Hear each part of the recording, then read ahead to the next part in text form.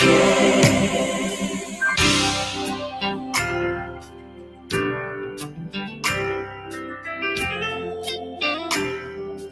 I care.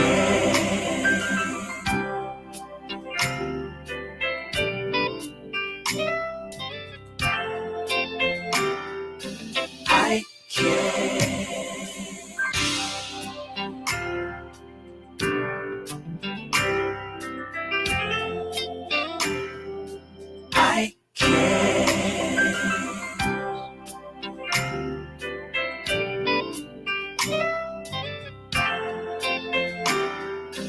I care.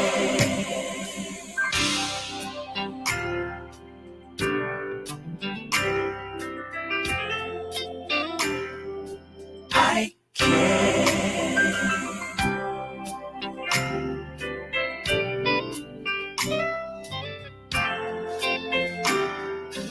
I care.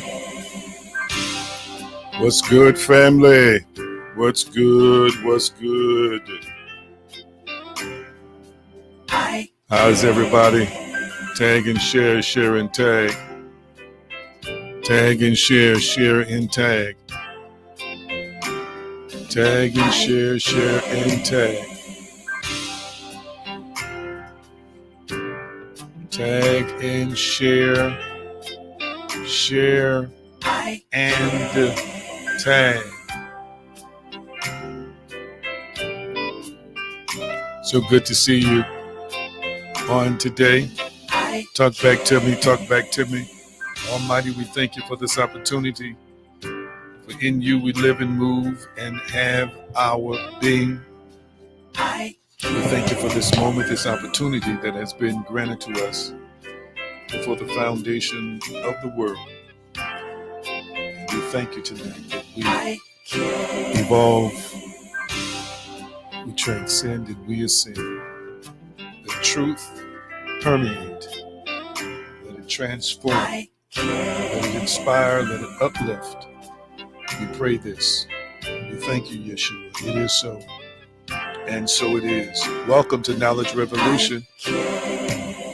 Tag and share, share and tag. As I stated on Sunday, I would be here on Wednesdays if you show up on Wednesdays. Forgive me for being a little late. Just getting off myself. I'm operating my business today. And I'm so happy to be with you. Tag and share, share and tag. Text it if you got to, tweet it if you got to. Do whatever it is that's within your power. Whatever it is that's within your power to let people know that we are on the air, as they say, live and in living color. And let me know if you can see and hear me well. Let me know if you can see and hear me well.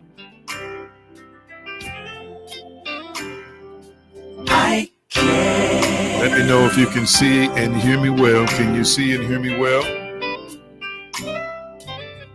Let me know if you can see and hear me well.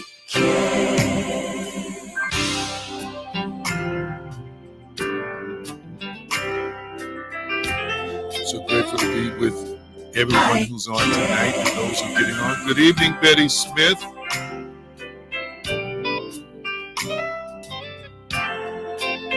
Good evening, Betty Smith. You see and hear me? Wonderful. Wonderful. Wonderful. Wonderful.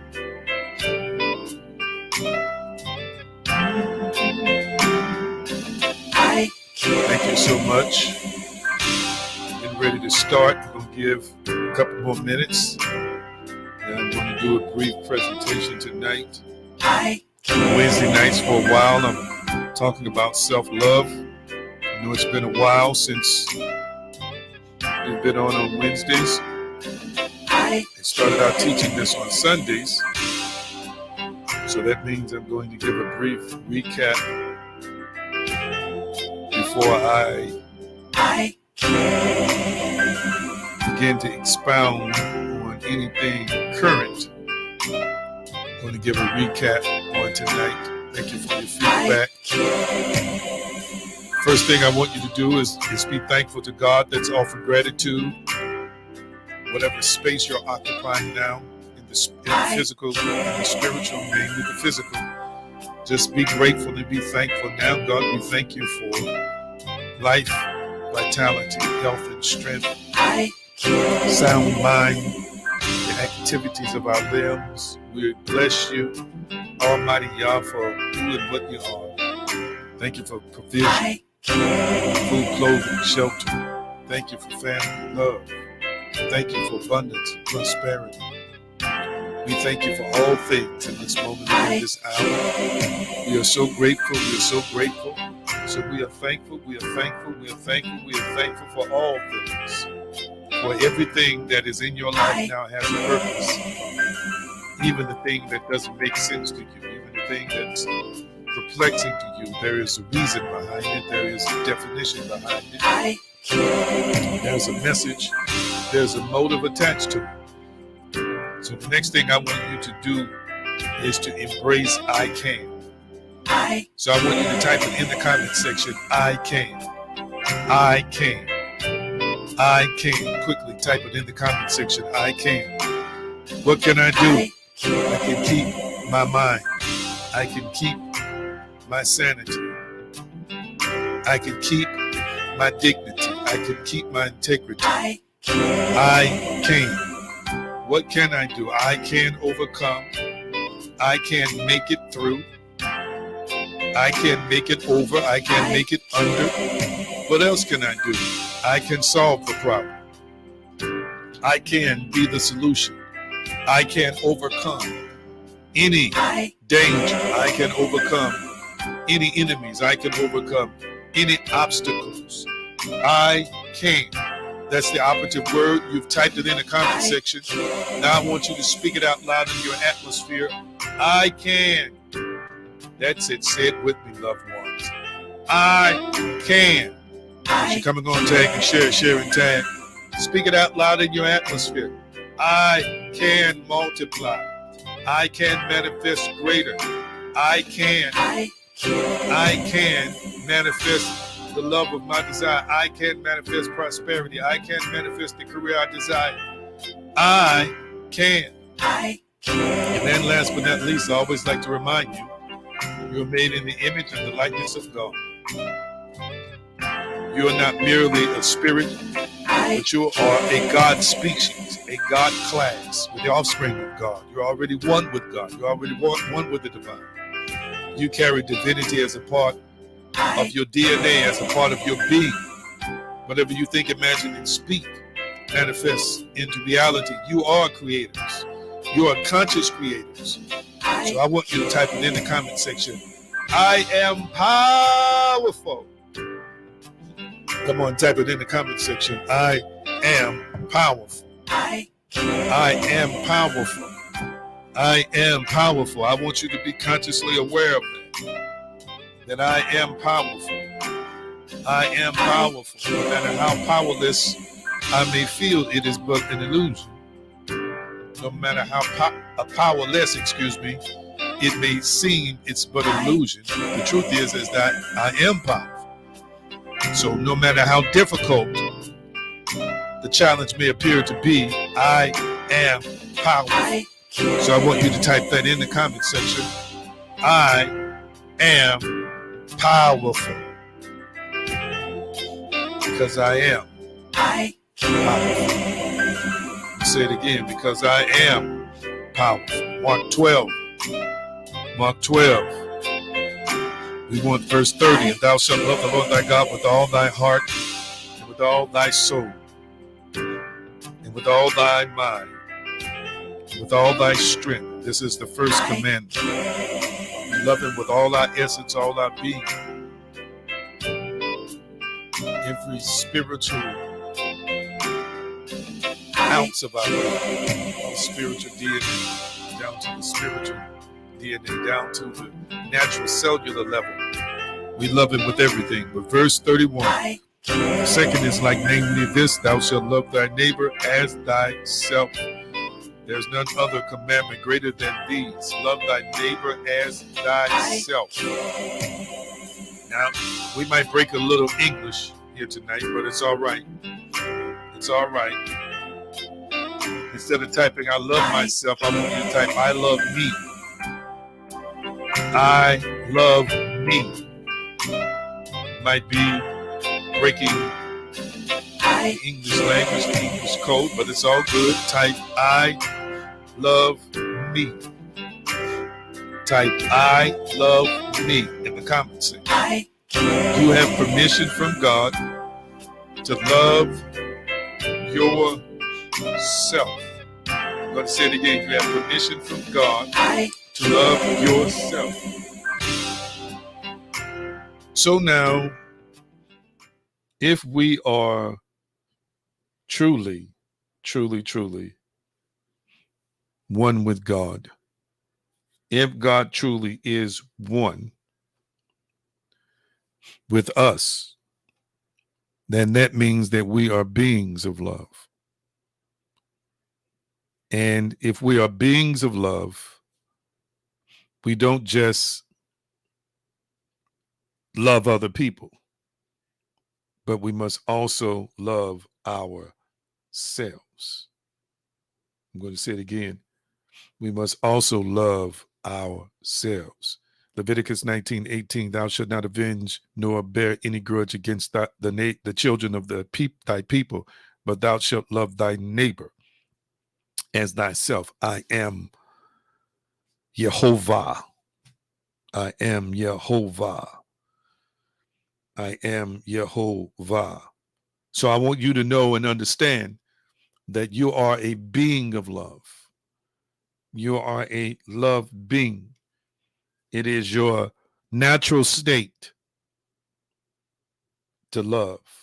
I'm going to say it again. It is your natural state to love. And when you and I are not operating in love, then we're not vibrating at love's frequency. That means we're not transmitting the proper signal into the world. And we're not operating in alignment with who we really are and whom we have been designed to be. We're not operating at optimal capacity, and we're not operating in a way that is consistent with our nature. And as I have said before, when we are not operating as love beings, then we are suppressing that love. Love is not outside of us. Love is inside of us. Love is a part of us. 1 Corinthians 6:17, he that is joined to the Lord is one spirit. I say it again. He that is joined to the Lord is one spirit. So if you and I are joined to the Lord and we are one spirit with him, therefore, being one spirit with him, that means that we are one with him. If we are one with him, then that simply means that we share his thoughts, we share his mind, we share his attributes, we share as a part of who he is. And therefore, those things ought to be carried out in us. They ought to be transmitted in us. They ought to be transferred through us. They ought to be channeled from us. Am I making any sense to anybody here? Let me know if you can still hear me and see me well. Let me know if you can still hear me and see me well. I'm making some moves here. I'm making some moves here. Hold on just a minute. I'm making some move here.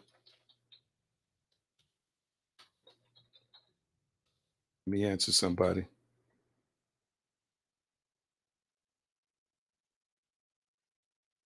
So I want you to recognize that you are a being of love. I want you to type it in the comment section. I am love. I want you to type that in the comment section. I am love. I am love. I am love. I am love. Somebody's asking me how to, that I work with, how to join my Bible study.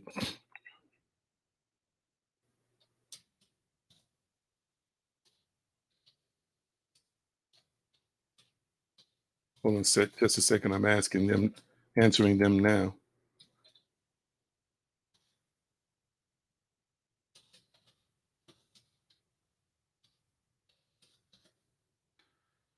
All right. Have you typed it? I am love. Thank you so much. I have discovered in my own life that when I decide to accept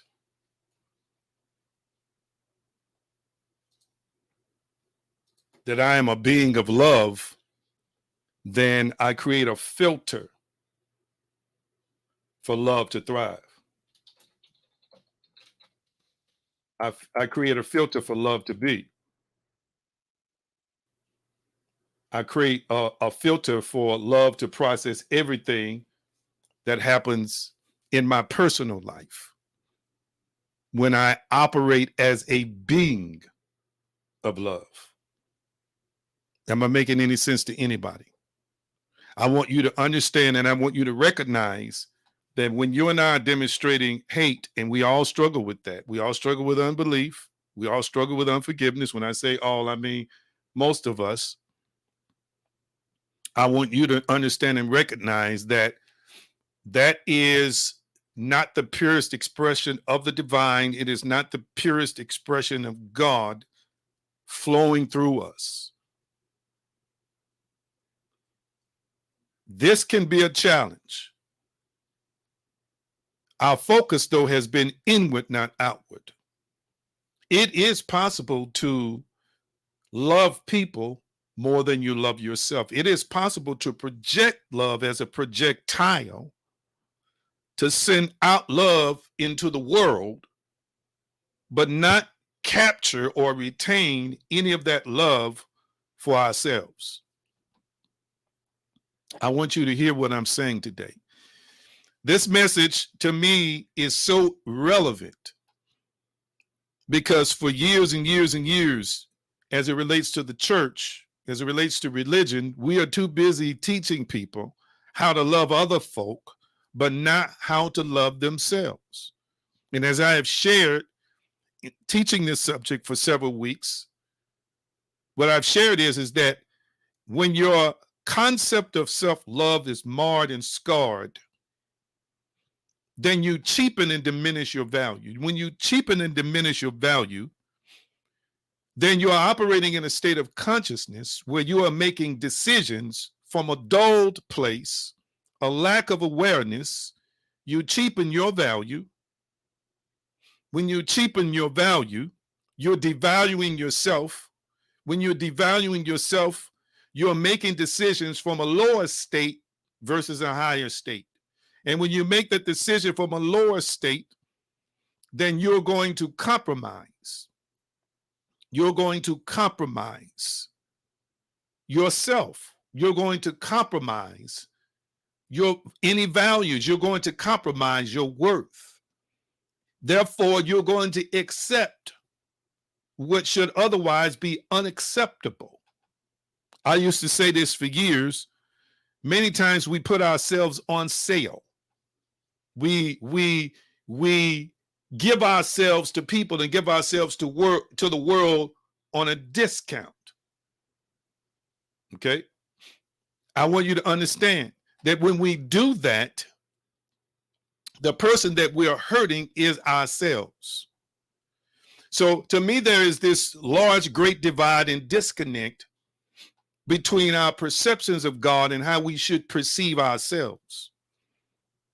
I want people to understand that God is love, and as love, who is a part of us, and in being a part of us, he never intended for us to just love other people, and not love ourselves. That's why I started with the text in the book of Mark 12:29, and then that's why I quoted from Leviticus 19 and 18, because many times when people quote that text, they make it an outward assignment, but not an inward one. When he told us to love our neighbors as we love ourselves.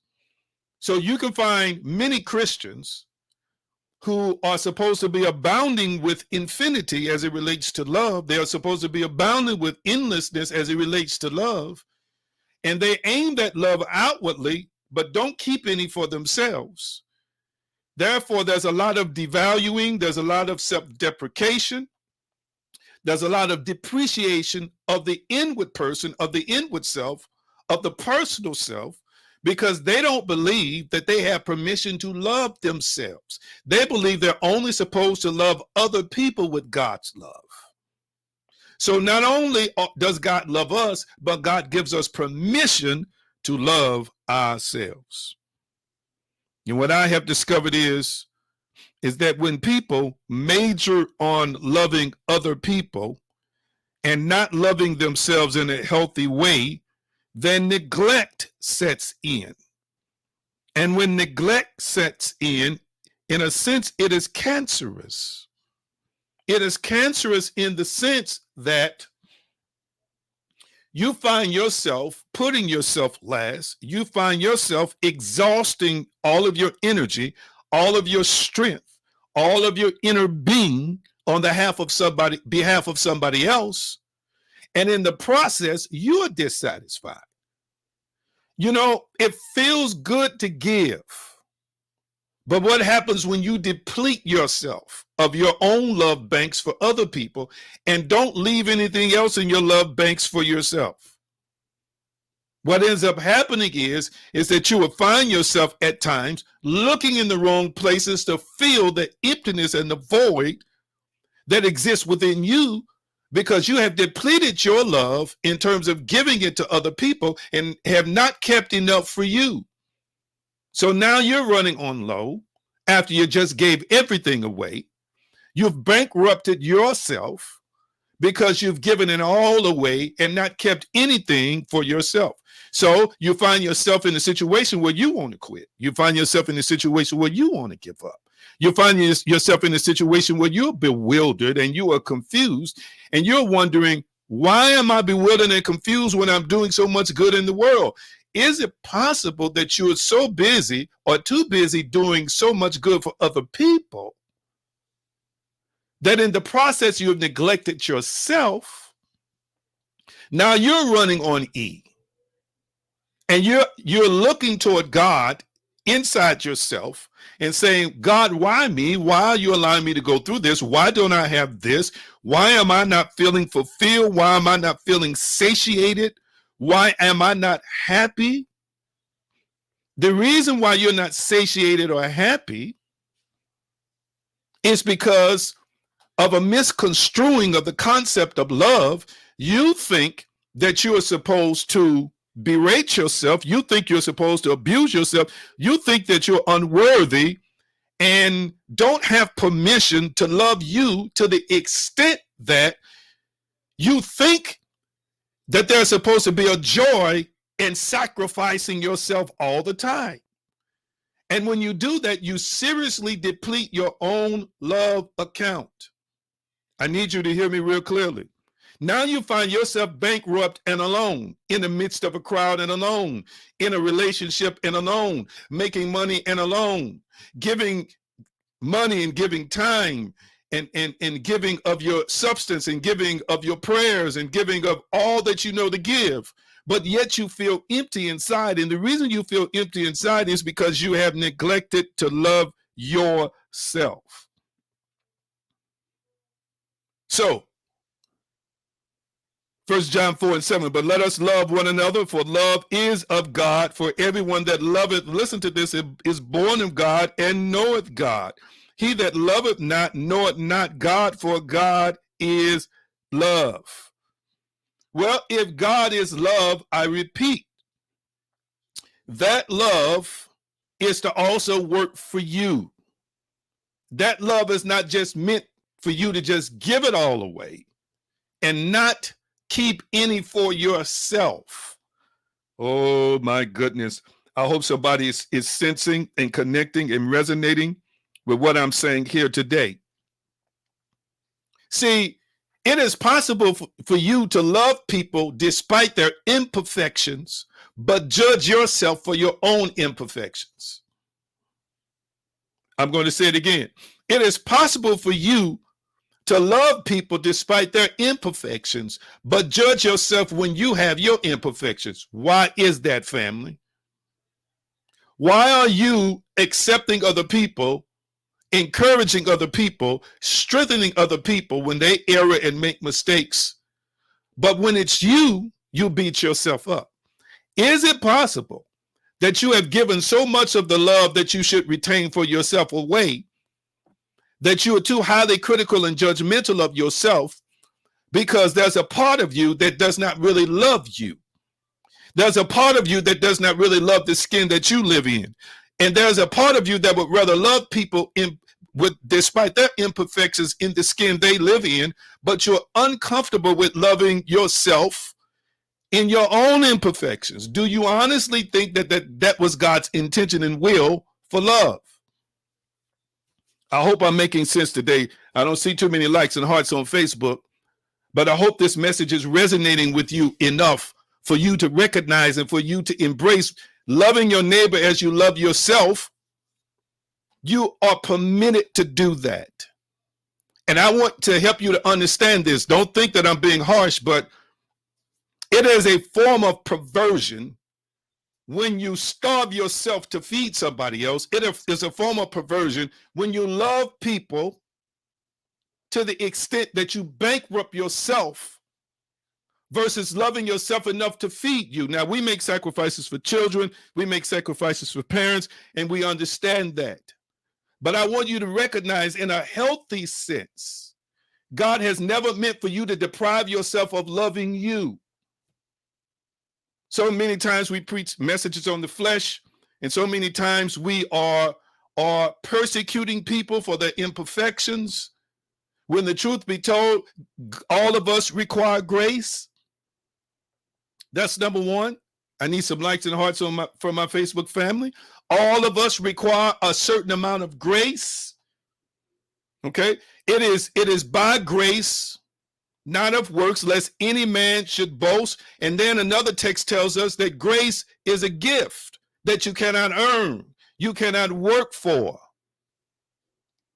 So how is it that you can disseminate grace to others, but you cannot give yourself grace in the space of your own imperfection? Talk back to me, family, with some likes and hearts on Facebook. I need you to hear me real clearly. So we also visited 1 Corinthians chapter 13, and I'm going to be done in about the next 15 to 20 minutes. Remember, we covered that text. I'm skipping over some things. Now, remember, in Scripture, there are at least 4 words for love. I did break those words down. There's the Greek word phileo, which is a friendship type of word.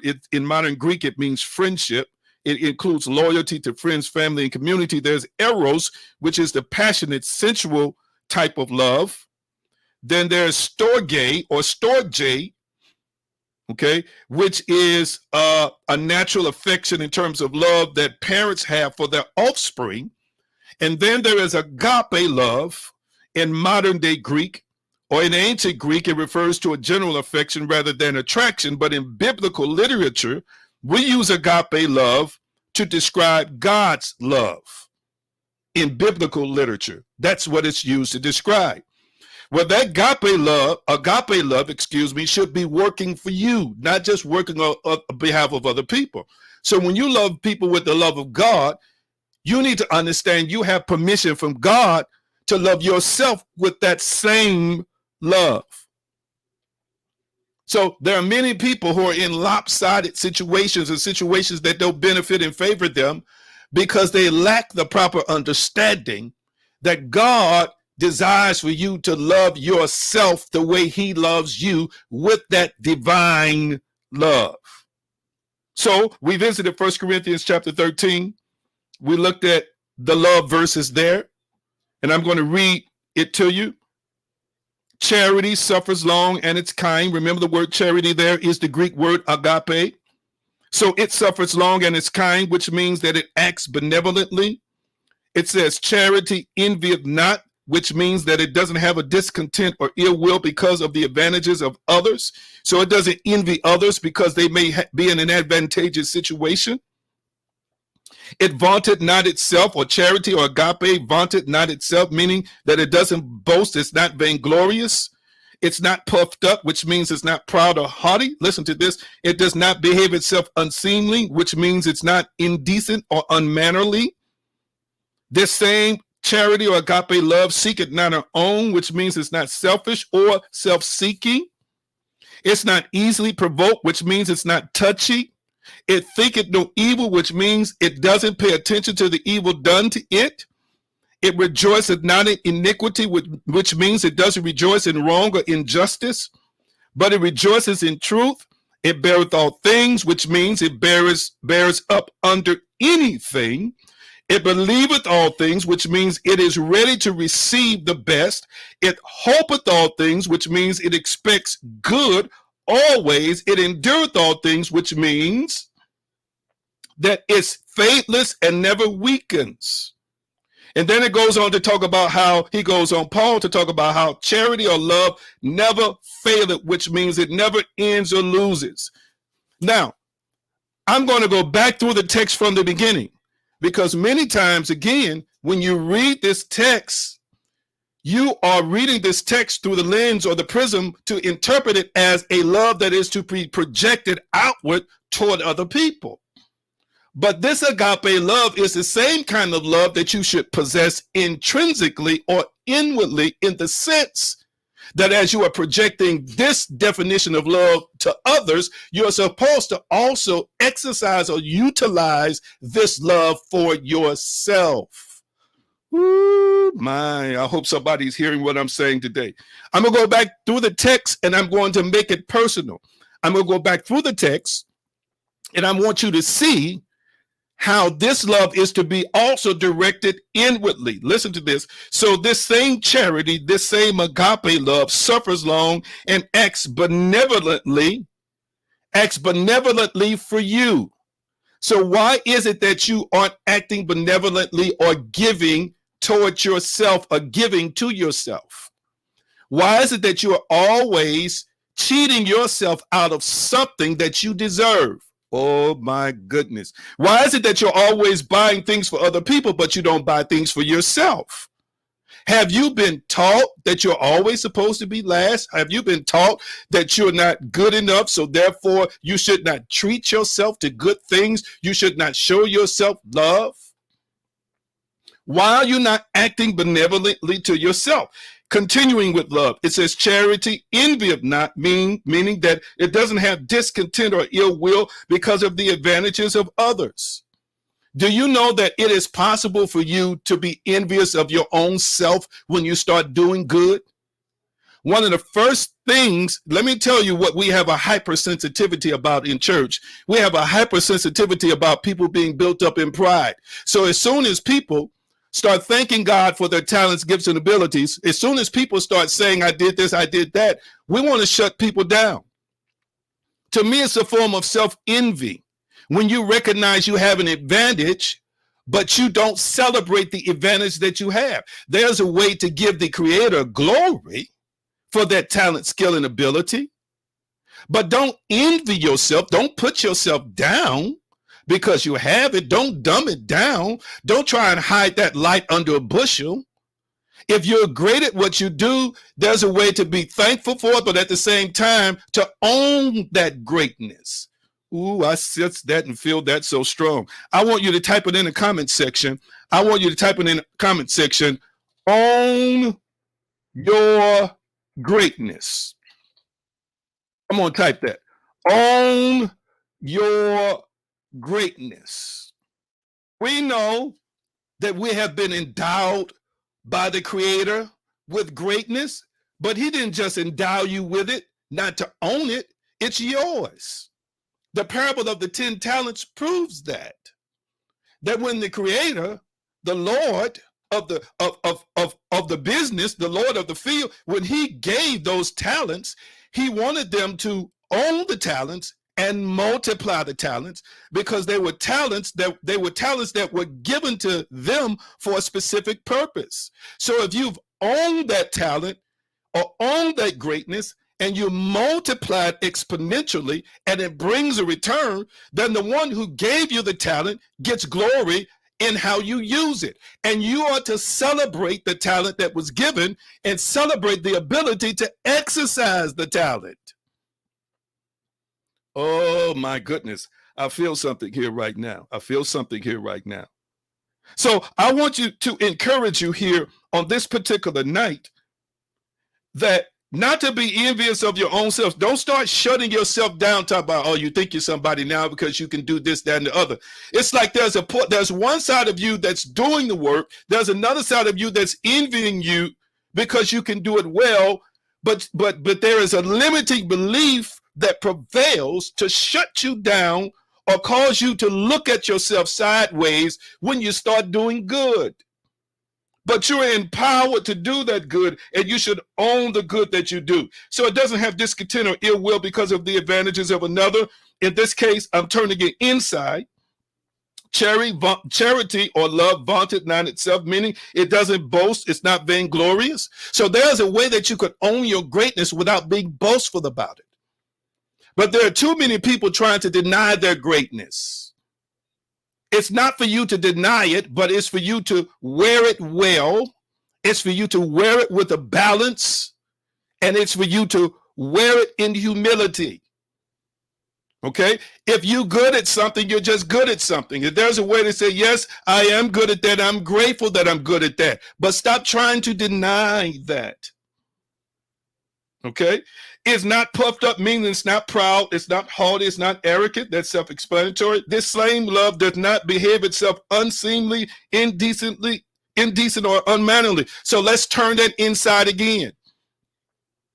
It does not behave itself unseemly, meaning it's not indecent or unmannerly. So why are you dealing with yourself in an indecent and unmannerly way? Why are you treating yourself in an indecent and unmannerly way? When you know you have a physical condition and you keep eating things that's destroying your body, then you're not exercising love. You're acting indecently and unmannerly to yourself. Every time you degrade yourself, every time you say something negative about yourself, you are behaving in an indecent and unmannerly way towards yourself. I want you to understand, as he thinketh in his heart, so is he. That's in the book of Proverbs. You know, I've taught you all that for months and for years, that you and I are manifestations of our thinking. There's a misnomer out there that God creates our reality. No, we co-create reality with God, and it begins in the realm of your thoughts. You are no greater or no less than what you think. Matter of fact, you become what you think. So if your beliefs are limited, then you're going to manifest a limited world, a limited lifestyle, a limited reality. You can't put that on God. He has endowed you with power and ability. You have his spiritual DNA.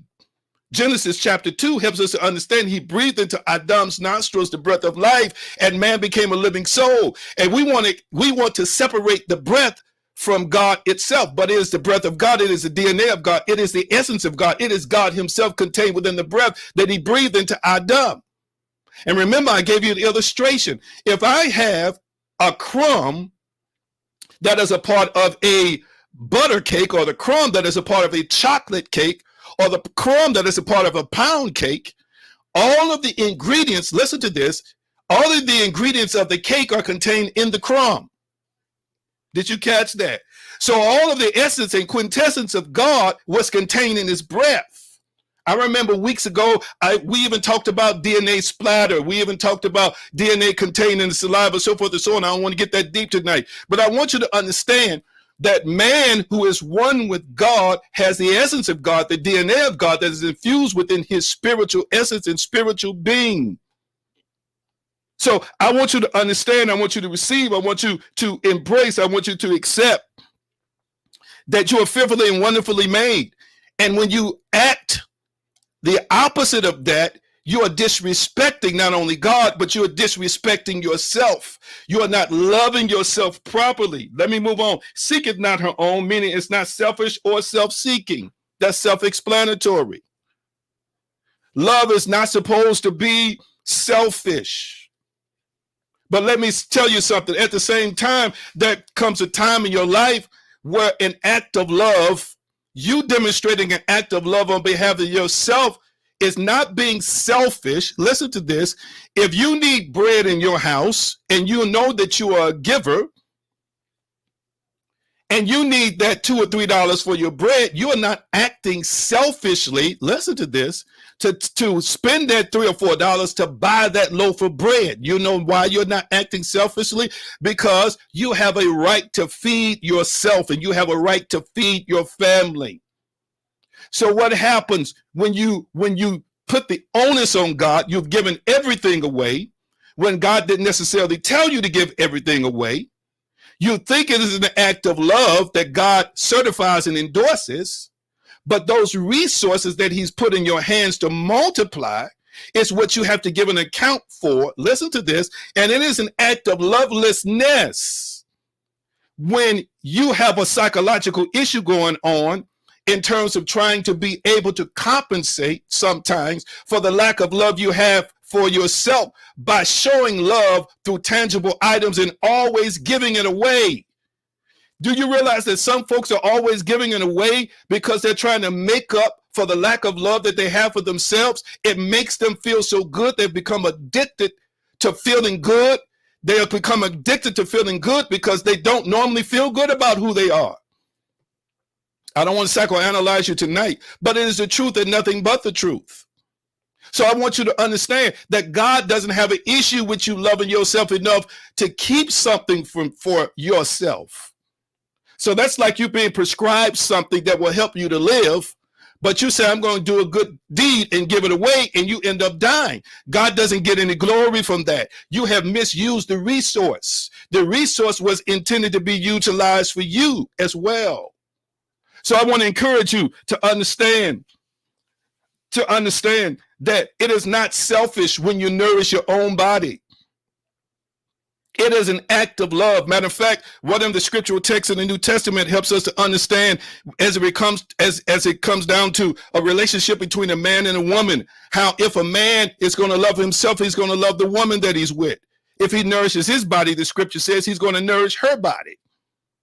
So it is an act of love, listen to this, for there to be mutual love and mutual nourishment. I got to move on. It's not easily provoked, which means it's not touchy. So why are you so easily provoked? We're turning it inside. We're having some sight inside tonight.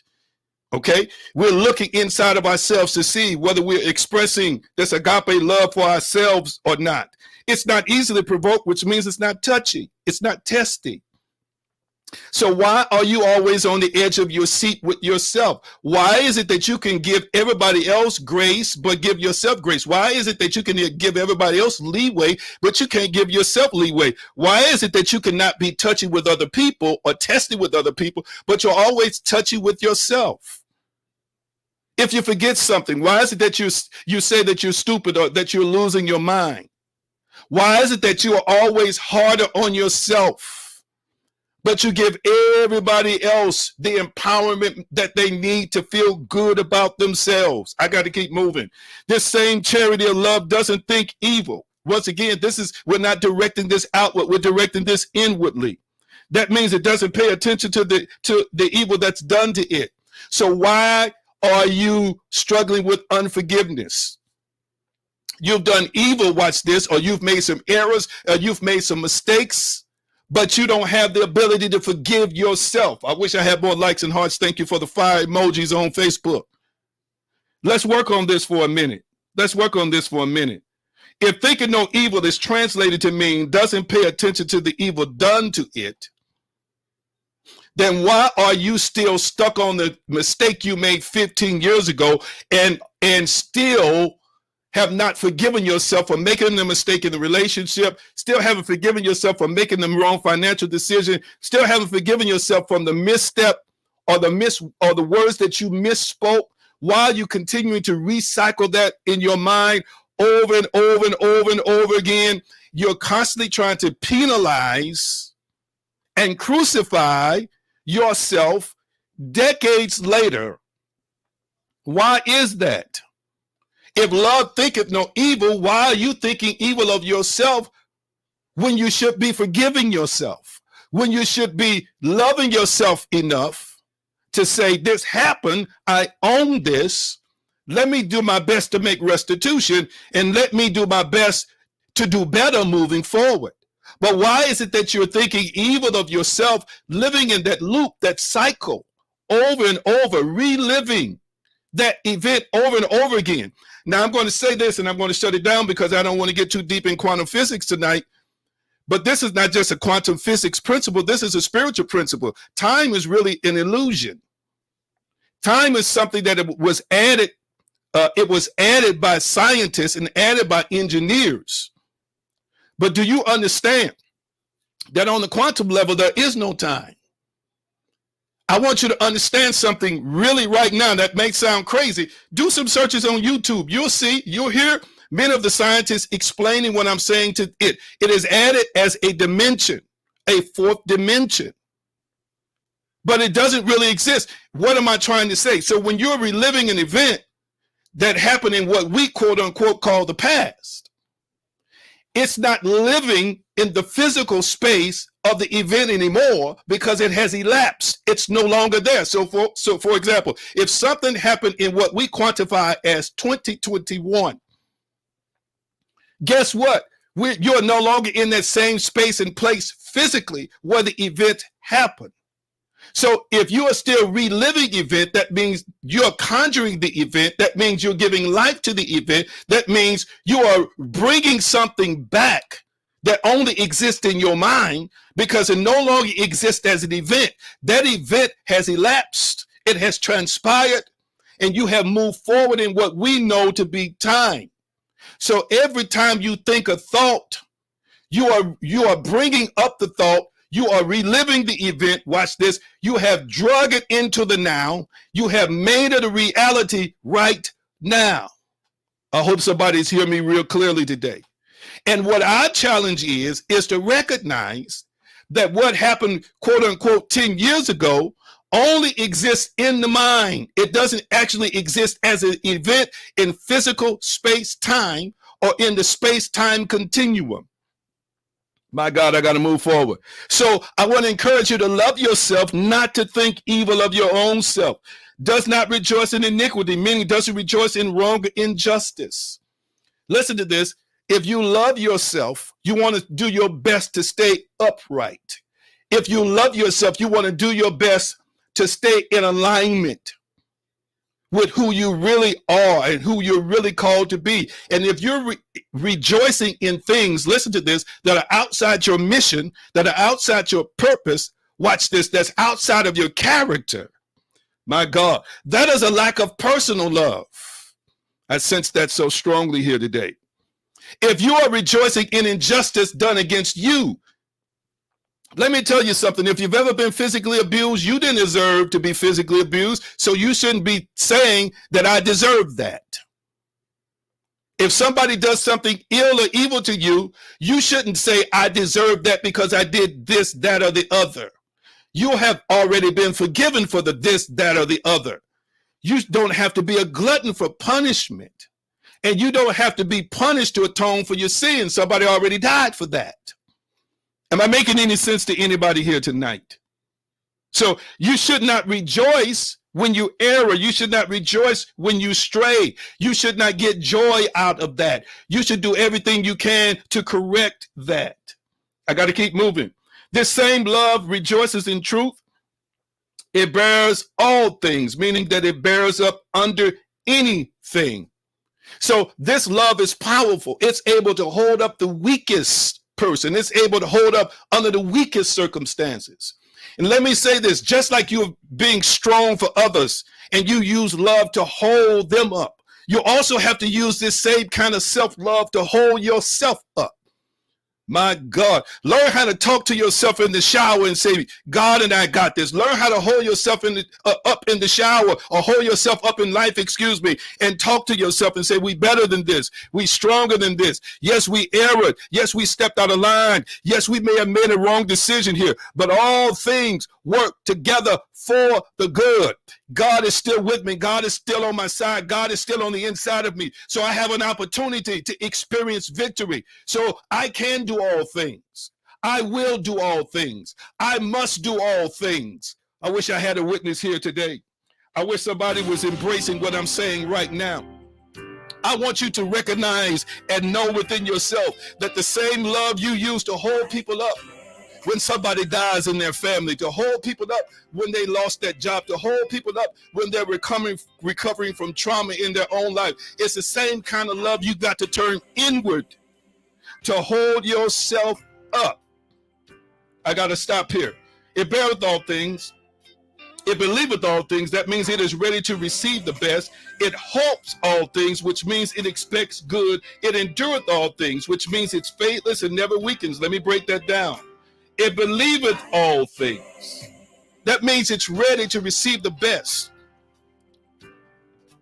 As he thinketh in his heart, so is he. Thinking determines being. Thinking determines reality.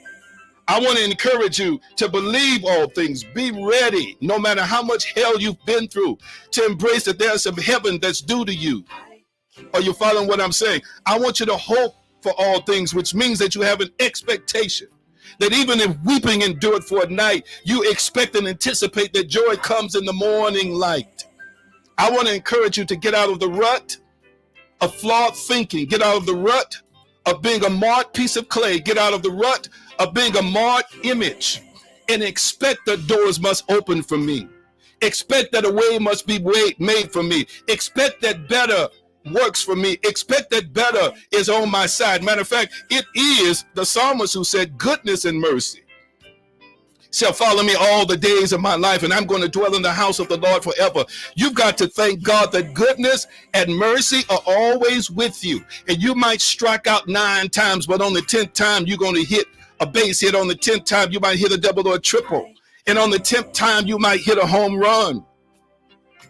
The Bible helps us to understand now faith is the substance of things hoped for. It is the evidence. It is the proof of things not seen. The hope, the substance of the hope, the hypostasis, the assurance of the hope, the expectation of something good, the expectation of something greater. And I sent the Spirit of God talking to somebody tonight to tell you to expect better, to expect greater. Stop settling for less. Stop settling for the minuscule. Stop settling for the little.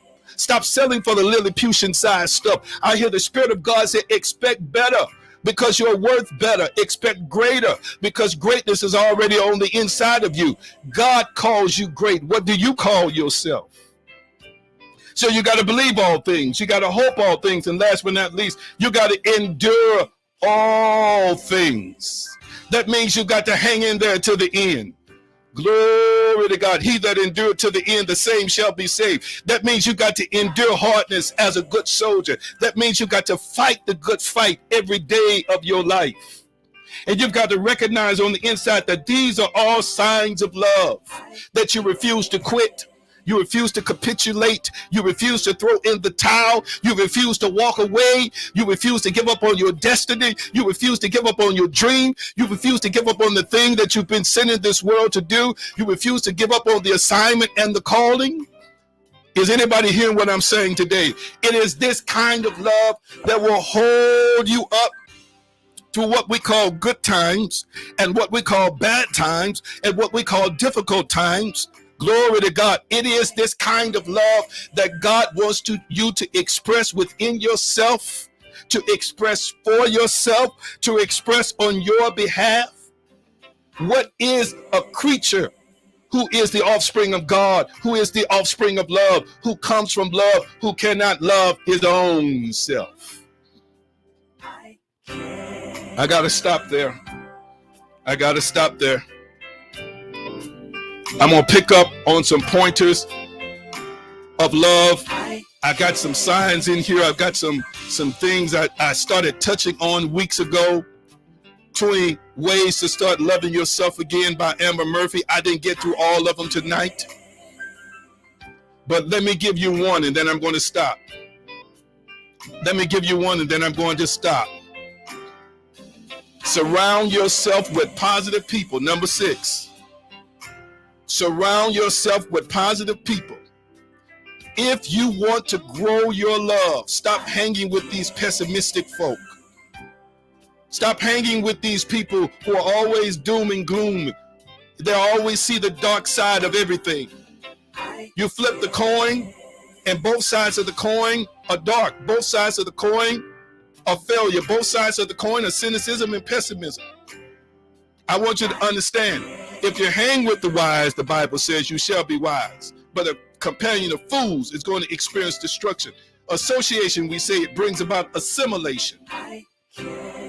Surround yourself with people who are positive enough to pour into your life, to build you up, to speak to you, to push you, to encourage you, to empower you, to enlighten you, to elevate you. The journey of self-love is always filled with a proper cast of people who you are connected to, who know how to speak positivity into your life. All right, I got on late. I got my hour in. Love y'all so dearly. Thank you for the likes and hearts on Facebook.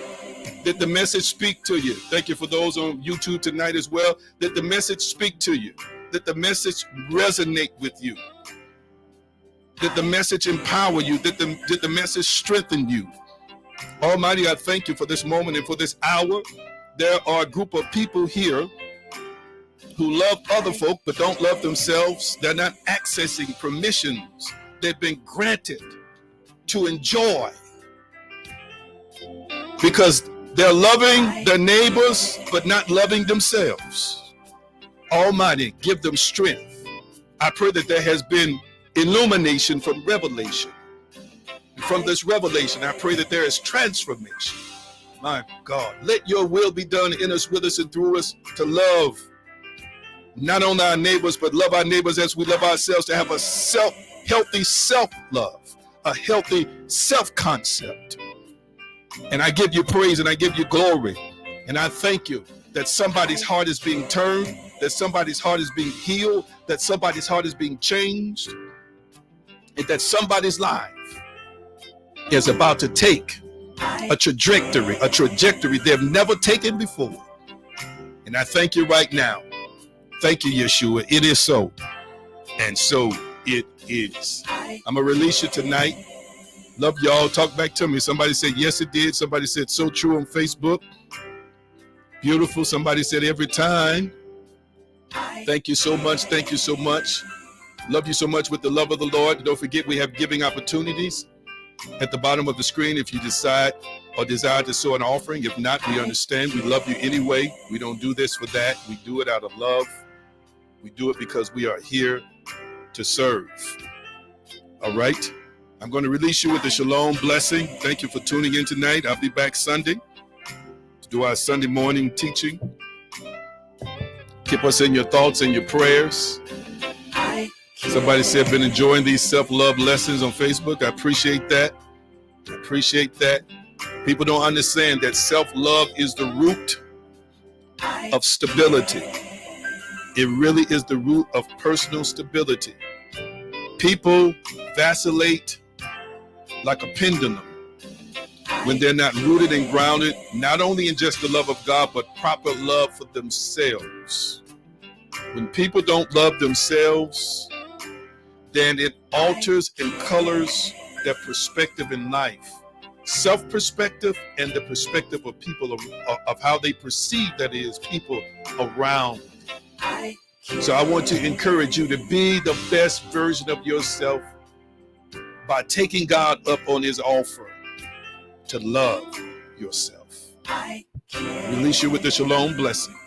Shalom, shalom, peace, wholeness, and prosperity, nothing missing and nothing broken.